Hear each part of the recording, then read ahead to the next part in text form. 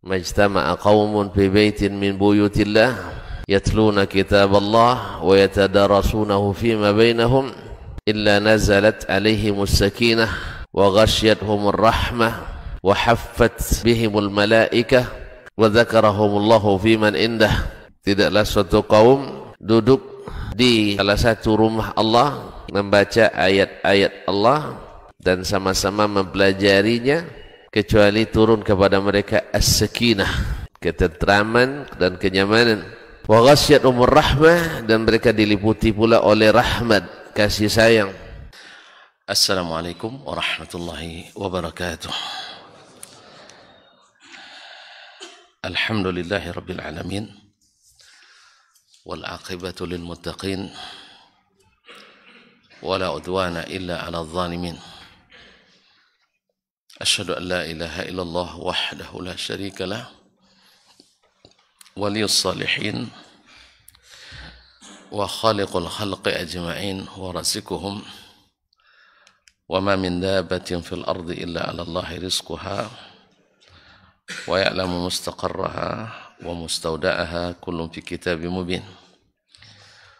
Wa asyhadu anna Muhammadan abduhu wa rasuluhu sadiqul amin sallallahu alaihi wa ala alihi tayyibin wa azwaji tahirati ummahatil mu'minin wattabi'ina lahum bi ihsanin ila yaumiddin wa ba'du. Fa ussi nafsi wa iyyakum ayyuhal muslimun bi taqwallahi azza wa jalla fa innahu qad fazal muttaqun. Ya ayyuhalladzina amanu taqullaha haqqa tuqatih wa la tamutunna illa wa antum muslimun. Kaum muslimin, kaum muslimat, para shaimin dan shaimat yang mudah-mudahan senantiasa dalam bimbingan taufik, hidayah, bimbingan ma'unah dan inayah dari Allah Subhanahu wa taala. Pagi ini saya tidak tahu apa ini mengganggu atau kemarin dihubungi oleh, kita janji kemarin kan terserah panitia, dihubungi oleh pengurus tentang konfirmasi kajian subuh besok. Lama tidak dijawab karena sedang ngajar waktu itu, hampir terlupa, malam baru dijawab. Saya telepon langsung. Ngaji juga kita. Akhirnya bolanya dibalikkan ke saya, tersuara Buya katanya. Awas segan pula dibilang pemalas. Kalau ada jemaahnya siap, insya Allah saya siap. Katanya ada juga yang tidak i'tikaf katanya.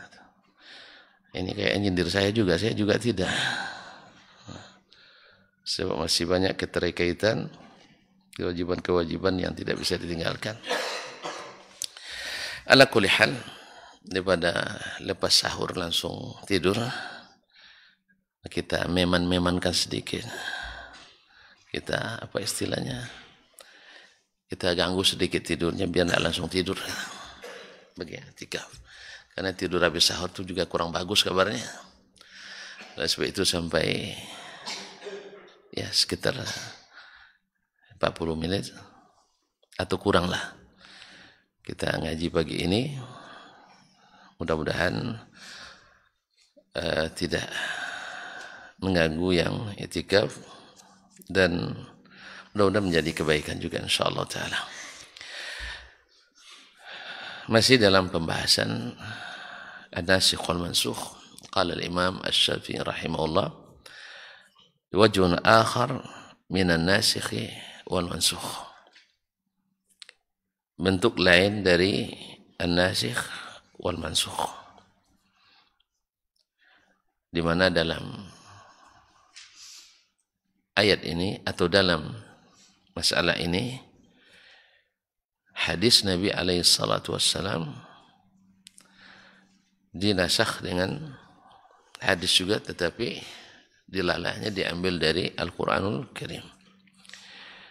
Qala rahimahullah ta'ala akhbarana Muhammad ibn Ismail. ibn Abi Fudaik telah memberitahukan kepada kami atau meriwayatkan kepada kami Muhammad ibn Ismail ibn Abi Fudaik, masyhur dengan Ibnu Abi Fudaik, an ibn Abi Zi'b, dari Ibnu Abi Zi'b.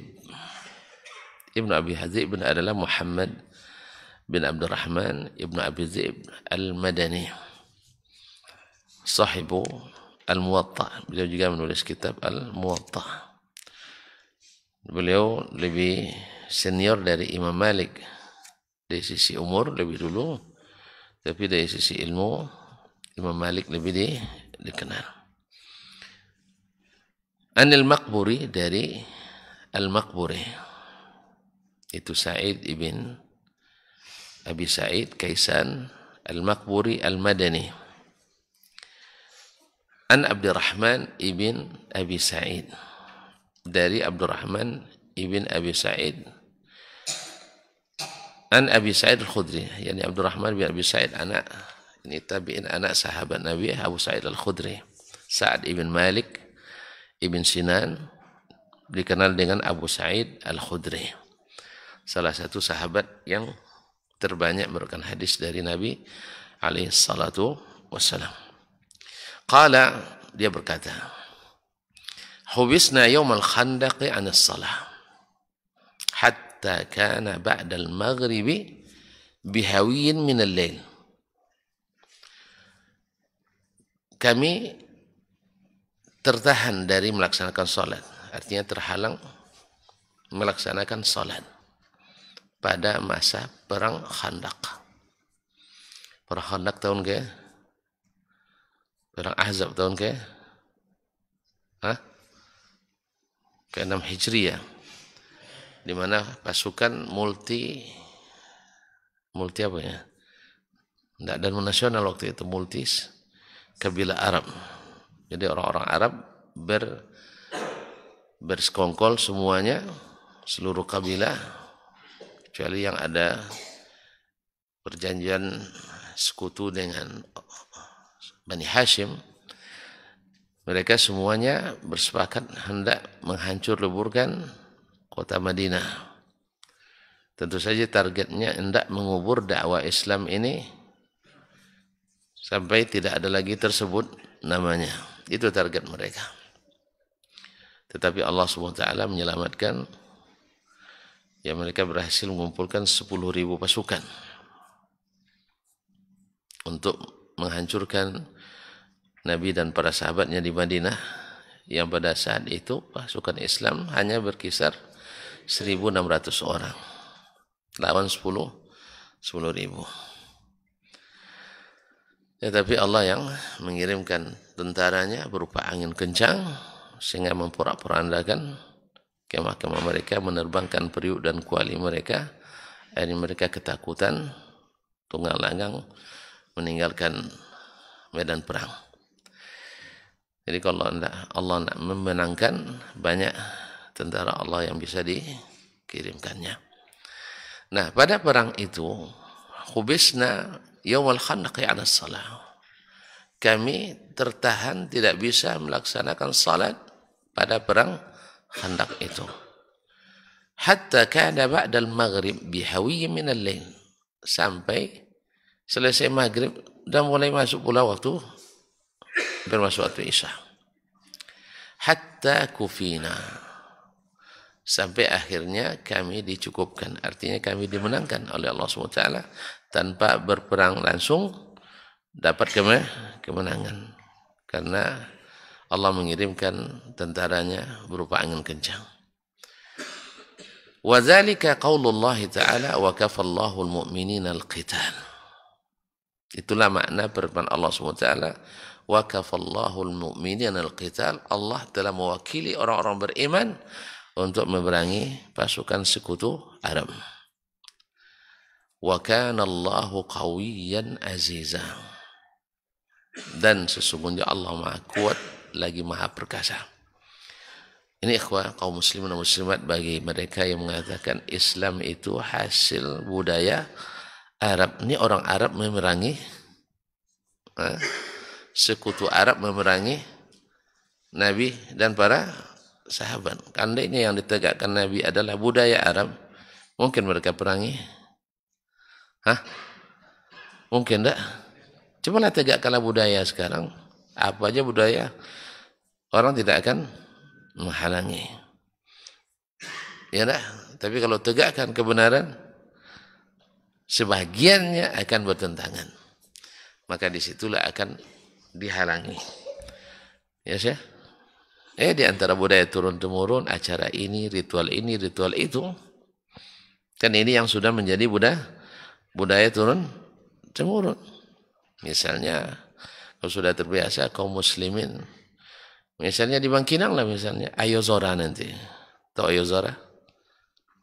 Nggak tahu ya. Ayo puasa 6. Hari raya puasa 6. Di kampung kita. 6. Puasa 6. Ini budaya atau bagian dari agama? Ini budaya.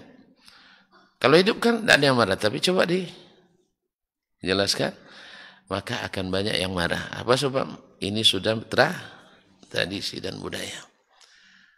Sehingga tidak sedikit yang bela-belain, dan kalau dijelaskan orang akan tidak suka. Padahal ini bukan hanya sekedar sebagian kan mengatakan bid'ah hasanah nih kan, bukan sekedar bid'ah, ini dilarang oleh Rasulullah Sallallahu Alaihi Wasallam karena menjadikan kuburan tempat berhari raya, itu jelas larangan dari Rasulullah Sallallahu Alaihi Wasallam. La tattakhidhu qabri idan, jangan jadikan tempat kuburanku sebagai tempat berid, berkumpul-kumpul berhari raya. Ini namanya aja namanya saja ayo zora, maksudnya raya ziarah kubur. Kan puncaknya nanti ziarah kubur beramai-ramai. Itu jadi event nanti yang dijadikan bagian daripada kearifan lokal. Allah musta'an. Nah, dulu Nabi SAW banyak kearifan lokal Quraisy yang dikaitkan dengan agama, tetapi tidak ada dasarnya dalam agama. Lalu Nabi SAW menjelaskan, tentu saja yang paling besar adalah yang sampai membuat mereka terlibat dalam kesyirikan. Itu yang paling berat. Dan tidak sedikit pula budaya-budaya yang tidak sampai kepada syirik, tetapi juga dianulir oleh Nabi alaihi salatu wassalam karena bercanggah dengan syariat. Ini maksud saya di sini adalah bahwa yang ditegakkan Nabi, agama Islam ini bukan produk. Ulang lagi, lupa lagi. Bukan produk budaya, tapi adalah wahyu yang diwahyukan Allah. Ini kan sebagian orang-orang orientalis, orang pluralis, orang-orang liberalis, pokoknya yang sepilis, ya kan, sekularis, pluralis, dan pokoknya alis-alis semuanya tuh. Nah, mengatakan Islam itu budaya Arab. Oleh sebab itu kita harus punya Islam yang bukan Arab. Akhirnya cuma ada Islam Nusantara, beda dengan Islam Arab. Sejak kapan pula kita punya lebih daripada orang Arab tuh? Bahasa mereka lebih hebat bahasanya. Budaya dan banyak hal mereka lebih punya kelebihan. Coba bayangkan, bangsa paling pemurah di dunia, bangsa Arab juga. Kalau kita bangsa yang paling, bilanglah paling santun. Nah, antum tidak percaya diri nampaknya. Bangsa paling santun orang Indonesia itu, terinjak kakinya maaf masih dipakai gitu. Itu kabarnya dulu. Sekarang sedang injak kaki orang kita. Allah musta'an. Belum lagi terinjak kaki. Coba disentuh aja di suatu salat kaki, masalah Anda diinjak kaki kita. Hilang santunnya sekarang tuh. Nah, Allah musta'an. Ya, baru nak menempelkan kaki aja sudah diinjaknya kaki kita. Jadi rupanya santun tuh kayaknya dulu, sekarang kurang, enggak tahu. Nah, budaya ini yang harus kita jaga sebenarnya. Bukan hal-hal yang menyimpang dari agama kita. Baiklah kaum muslimin dan muslimat. Nah, wa kafallahu al-mu'minina al-qital. Allah telah mewakili orang beriman untuk berperang itu. Yaitu dengan mengirimkan tentaranya tadi. Wa kana Allahu qawiyyan azizah. Allah itu maha kuat, maha perkasa. Qala, siapa yang berkata? Abu Sa'id Al-Khudri, perawi. Fada'a Rasulullah sallallahu alaihi wasallam Bilalan. Lalu Rasul sallallahu alaihi wasallam menyeru Bilal, memanggil Bilal. Untuk apa? Ya kan namanya Bilal tugasnya. Tugas Bilal apa? Azan dan qamat. Bukan zikir dan ini Bilal dah tambah tugasnya sekarang. Saya takut tidak ada gajinya, SK-nya kan nggak ada. Dulu Bilal zaman Nabi tugasnya apa? Azan, qamat. Di zaman kita bertambah tukang berikan tongkat, tukang baca sholawat, tukang apa lagi? Tukang pimpin doa. Kadang-kadang awak jadi imam tidak berkuasa kadang. Lebih berkuasa Bilal daripada imam. Ya imam tak berangkat doa tapi Bilal yang mimpin doa. Ini kayaknya tidak sesuai SOP ini. Kita tanyalah nanti sama Bilal tuh masuk dalam, ya harus tahu tuntun bahwa kalau pekerjaan tak ada SK-nya, tak ada. Kalau pekerjaan tak ada SK, tak ada honornya. Jadi kalau nanti pekerjaan Bilal ditambah, ya dari azan dan qamat menjadi mimpin doa dan selawat dan sebagainya, takutnya nanti gajinya enggak keluar. Ya, saya sudah banyak mencoba kerja bagus tapi tak ada SK, akhirnya honor tak dapat. Jelas? Nah, oleh itu kaum muslimin dan muslimat, Nabi sallallahu alaihi wasallam memanggil Bilal. Fa amara, lalu dia perintahkan, fa aqama adh-dhuhra. Lalu beliau mengumandangkan iqamat salat zuhur. Kapan salat zuhurnya?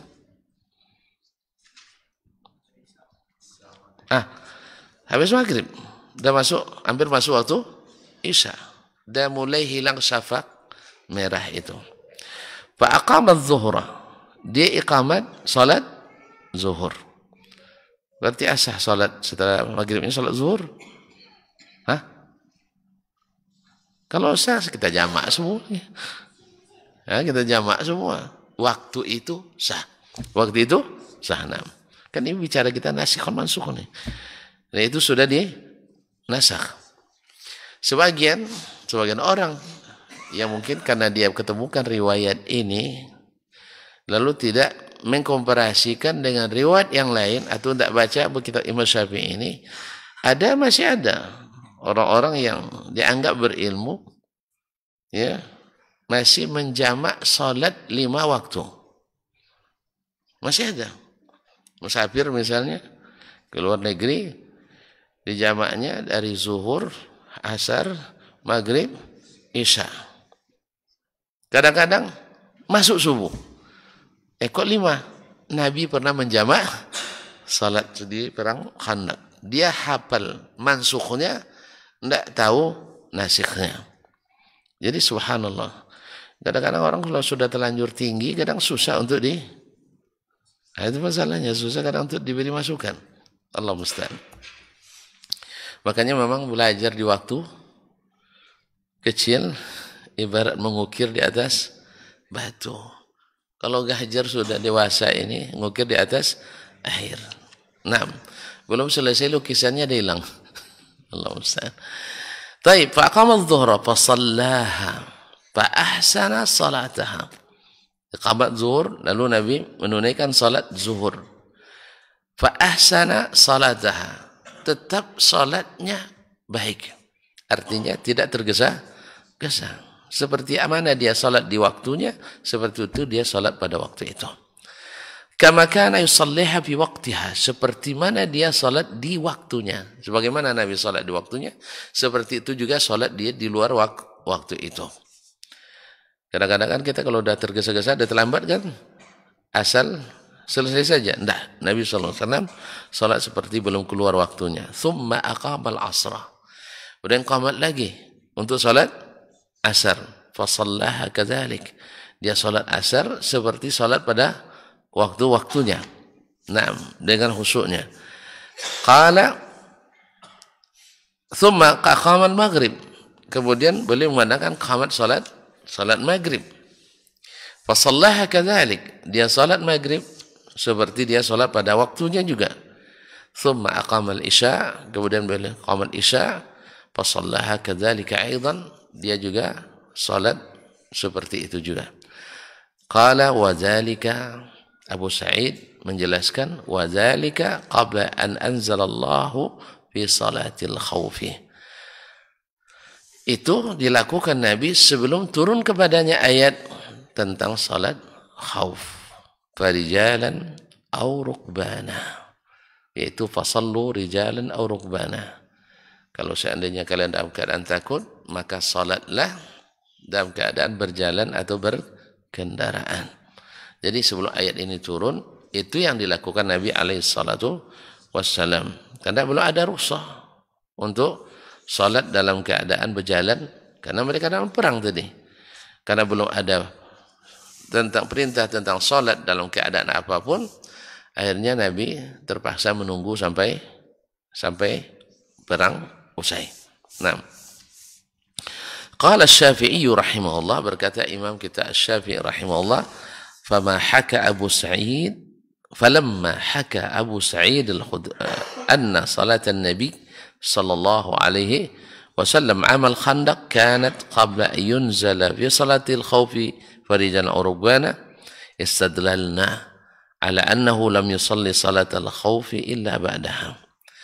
Tatkala Abu Sa'id perawi sahabat Nabi SAW menghikayatkan bahwa salatnya Nabi pada perang Khandaq, yaitu salat 4 waktu dalam satu waktu, 4 waktu dalam satu waktu, qabla yunzala fi salatil khauf. Itu terjadi sebelum turun ayat tentang perintah salat khauf, salat dalam keadaan takut, yaitu firman Allah farijalan aw rukbana. Itu salatlah dalam keadaan berjalan kaki atau dalam keadaan berkendaraan.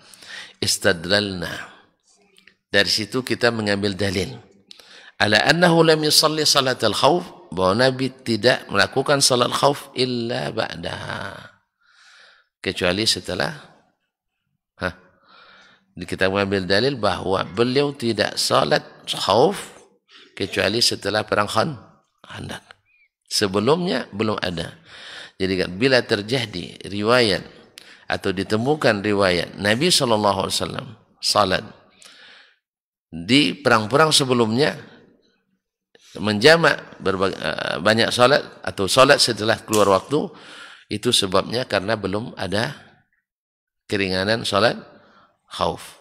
Dan baru ada keringanan setelah perang Khandaq tadi. Nah, illa ba'da iz hadaraha Abu Sa'id, sebab Abu Sa'id termasuk saksi sejarah, bahkan pelaku sejarah yang ikut dalam keadaan itu. Wa haka ta'khir as-salawat hatta kharaja waqti 'ammatiha, dan beliau yang menceritakan bahwa Nabi SAW melambatkan semua salat tadi sampai keluar dari waktu sebagian besarnya. Zuhur dah keluar, asar dah keluar, maghrib hampir keluar, dan ketika dilaksanakan salat maghrib memang sudah keluar. Kan dimulai tadi syapak merah sudah mulai hilang dan masuk malam. Maka Nabi salat apa dulu? Zuhurnya bertenang atau tergesa-gesa? Bertenang. Kemudian salat asar seperti salat pada waktunya. Otomatis maghrib pun sudah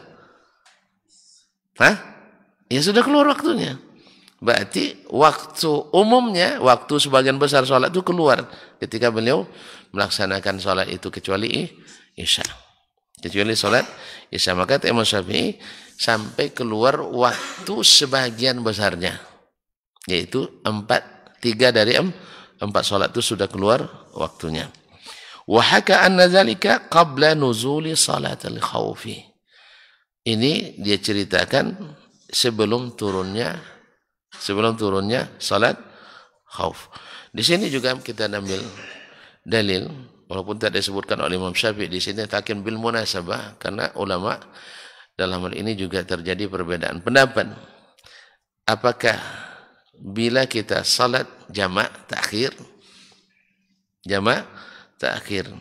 yang didahulukan yang pemilik waktukah, atau tetap menjaga tertib waktunya?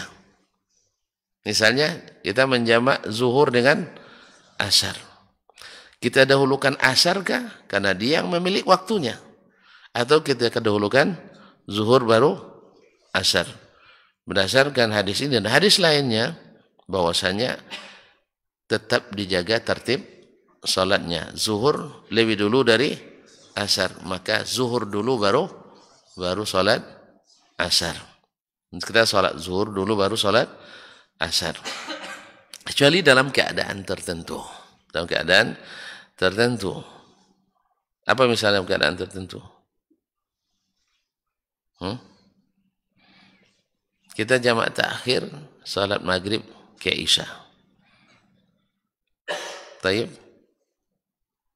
Maghrib ke isya. Atau apa namanya? Saya jadi lupa nih. Maghrib ke isya. Ketika kita masuk ke suatu masjid, kan biasa kita singgah di masjid, kita temukan imam ratibnya salat isya. Nah, kita salat apa? Isya dulu. Kita salat isya dulu, baru salat maghrib. Karena mengikut imam itu diutamakan. Tetapi bagi yang mengatakan tetap jaga waktunya, sebagian mengatakan dia salat maghrib, di rakaat ketiga dia duduk menunggu imam di rakaat ke-4. Jelas? Bagi yang tetap bertahan dengan tertib salat maghrib lebih dulu daripada isya, maka dia rakaat ketiga duduk menunggu imam. Jangan salam dulu. Kalau salam dulu batal salatnya. Nah, tunggu imam, dan ketika selesai imam tahiyatul, imam salam, kita ikut salam juga. Tapi ini kadang-kadang bikin membingungkan orang.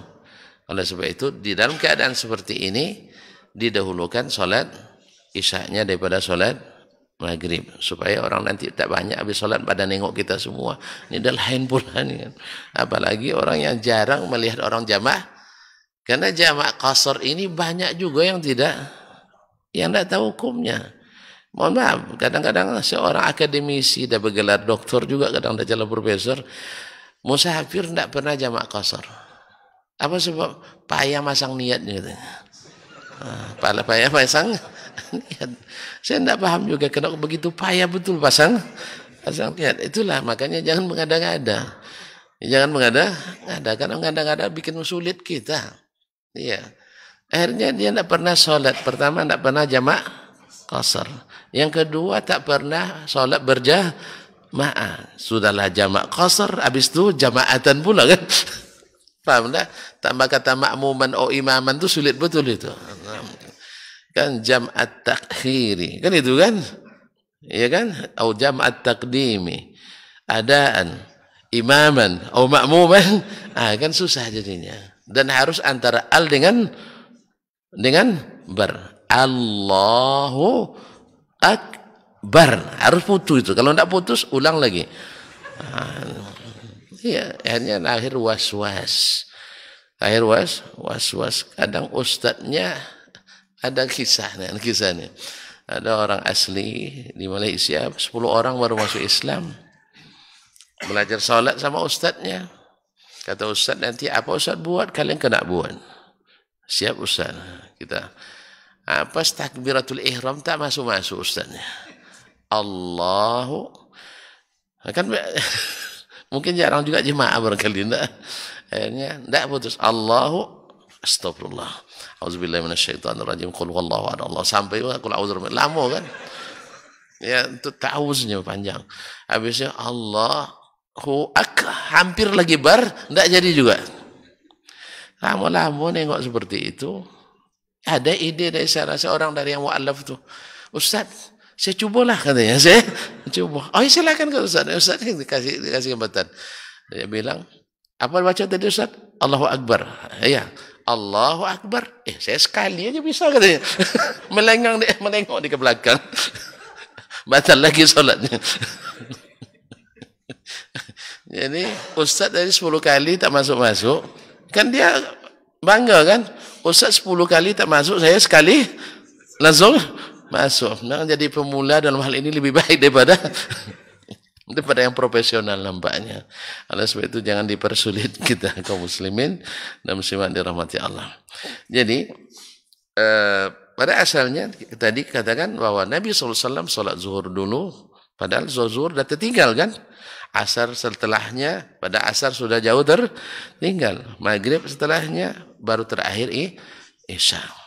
Berarti isya sebenarnya kalau dipakai teori sebagai pemilik waktu harus dahulu kan. Harusnya isya dulu, habis itu iya, pemilik dulu, habis itu yang paling tetangga terdekatnya. Habis itu ini berubah urutannya. Isya, maghrib, asar, zuhur. Enggak, tapi Nabi justru mendahulukan zuhur, yang kemudian baru asar, setelah baru maghrib, setelah baru isya. Bahkan maghrib sebenarnya masih ada waktunya, enggak didahulukan juga. Harusnya kan tadi, karena maghrib masih tersisa, maghrib dulu ya. Selepas itu masuk waktu isya, habis itu isya dulu, habis itu baru, kan kacau tertibnya. Nah, oleh sebab itu maka Nabi mencontohkan, dahulukan yang lebih dahulu waktunya. Nah, wallahu a'lam. Kemudian berkata Imam Asy-Syafi'i rahimahullahu taala, wa haka anna dzalika qabla nuzuli salatil khauf. Beliau Abu Sa'id Al-Khudri menceritakan ini sebelum turunnya salat al-khauf, salat dalam keadaan takut. Qala fala tu'akhkharu salatul khaufi bihalin abadan. Setelah itu, setelah turun syariat salat khauf, maka tidak boleh dilambatkan salat khauf dalam keadaan apapun selamanya. Anil waqti, dari waktunya, in kanat fi hadar, bila perang itu terjadi dalam keadaan kita ada di tempat tinggal kita. Kan ada perang kita harus musafir, ada perang kita tidak keluar dari tempat kita. Jelas? Kan perang itu ada sifatnya ofensif, ada sifatnya defensif. Yang defensif kita yang diserang orang. Seperti Nabi sallallahu alaihi wasallam diserang oleh orang Quraisy, orang kabilah Arab semuanya. Dan ada kalanya kita yang melakukan serangan, seperti Nabi perang Fathu Makkah. Fathu Makkah, Nabi yang mendatangi Makkah. Nah, fala tu'akhkharu idza kanat fil hadar, bila perang itu terjadi di tempat kita tinggal, tetap salat tidak boleh dilambatkan. Au an waqtil jam'i fi safar, dan tidak boleh dilambatkan dari waktu jamaknya kalau dalam keadaan musafir. Apa maksudnya waktu jamak? Jamak itu bagi dua, jamak takdim dan jamak takhir. Tentu yang maksud di sini jamak takhir. Misalnya karena kita musafir, karena perangnya ofensif, kita melakukan penyerangan, maka saat itu hanya boleh dilambatkan sholat itu sampai waktu yang kedua. Sampai waktu yang kedua. Misalnya zuhur dengan asar. Zuhur boleh dilambatkan ke asar, tapi asar tak boleh dilambatkan ke maghrib. Karena jamak itu hanya dua. Tidak ada jamak sampai 4 kecuali yang sudah dinasakh tadi. Nah. Baik. Bi khaufin wala ghairi. Baik karena dalam keadaan takut atau selainnya. Musafir kan boleh menjamak kan? Musafir walaupun dalam keadaan takut kan boleh menjamak. Tapi tidak boleh keluar dari waktu jamak takhir tadi. Walakin tusalla kama shalla Rasulullah sallallahu alaihi wasallam. Tapi salat itu ditunaikan sebagaimana Rasulullah SAW melaksanakannya. Beliau tak pernah menjamak lagi salat kecuali 2 salat. Tak pernah lagi menjamak sampai lebih dari 2 salat. Jamak takdim atau jamak takhir. Nah, bila maghrib zuhur dijamak ke asar, tidak boleh dikeluar dari waktu asar. Bila maghrib dijamak ke isya, tidak boleh keluar dari waktu isya. Wallazi akhazna bihi fi salatil khawfi, yang menjadi pegangan kami dalam masalah salat khauf ini, anna Malikan, bahwa sesungguhnya Imam Malik ibn Anas, guru beliau, akhbarana, memberitahukan kami, an Yazid ibn Ruman, dari Yazid ibn Ruman, an Salih ibn Khawwat, dari Salih ibn Khawwat, an man salla ma'a Rasulullah sallallahu alaihi wasallam salatul khauf, dari sahabat yang ikut salat bersama Rasulullah sallallahu alaihi wasallam salat khauf dalam keadaan takut, yauma zatir riqa, pada perang Zati ar-Riqa. Naam. Anna ta'ifatan saffat ma'ah. Berarti Zati ar-Riqa terjadi setelah perang Khandaq. Bahwa satu kelompok berbaris bersab bersama Rasulullah SAW. Wa ta'ifatu wijahal adu. Sedangkan sekelompok lagi tetap di front menghadapi musuh. Fasalla billadzina ma'ahu raka'ah. Lalu Nabi SAW salat dengan rombongan pertama, kelompok pertama 1 rakaat. Thumma thabata qa'iman. Kemudian di rakaat kedua Nabi tetap berdiri. Wa atammu li anfusihim. Jemaah di belakang menyempurnakan rakaat kedua. Nabi berdiri menunggu rombongan kedua. Paham? Jadi mereka pertama, yang rombongan pertama ini salat 1 rakaat bersama Nabi. Nah, selesai 1 rakaat Nabi berdiri kan? Nah, yang di belakang menyempurnakan salat. Karena salat paling sedikit 2 kan? Kan tidak boleh dikosor jadi 1,5. Ya enggak ada. Atau dikosor jadi 1 rakaat enggak ada. Berarti 2. Yang mereka setelah 1 rakaat bersama Nabi, mereka sempurnakan sendiri masing-masing. Dan Nabi berdiri menunggu rombongan kedua. Nah, supaya masing-masing dapat sholat bersama Nabi satu rakaat. Baik. Qathabatu jalan fa shalla bil ladzina ma'ahu rak'ah. Thumma thabata qa'iman, kemudian tetap berdiri, wa atammu li anfusihim, mereka sempurnakan salatnya masing-masing. Thumma ansarafu, kemudian mereka pergi. Fasaffu wijahal adu, dan menggantikan posisi di front depan di hadapan musuh. Wa ja'at at-ta'ifatul ukhra, rombongan kedua datang, fa shalla bihim ar-rak'ah allati baqiyat. Lalu Nabi sallallahu alaihi wasallam salat bersama mereka rakaat kedua yang tertinggal. Thumma thabata jalisan, kemudian Nabi duduk menunggu. Wa atammu li anfusihim, rombongan kedua berdiri ke rakaat kedua menyempurnakannya. Thumma sallama bihim, kemudian Nabi menunggu mereka. Setelah mereka duduk membaca tahiyat al-akhir, akhirnya Nabi salam bersama mereka. Jadi rombongan pertama takbiratul ihram bersama Nabi, rombongan kedua salam bersama Nabi sallallahu alaihi wasallam. 1 Fatihahnya, muqaddimahnya, 1 khatimahnya. Qala, berkata Imam Syafi'i, akhbarana man sami'a Abdullah bin Umar bin Hafs, telah memberitahukan kepada kami orang yang mendengarkan dari Abdullah bin Umar ibn Hafs ibn Asim bin Umar al-Khattab al-Umari. Ini rawi ini sebagian mendaifkannya, sebagian mengatakan thiqah. Yukhbiru an akhi, memberitahukan dari saudaranya. Siapa saudaranya? Ubaidillah ibn Umar. Ubaidillah ibn Umar ibn Asim bin Umar bin al-Khattab al-Umari. Ini thiqah. Adiknya thiqah, dia didhaifkan.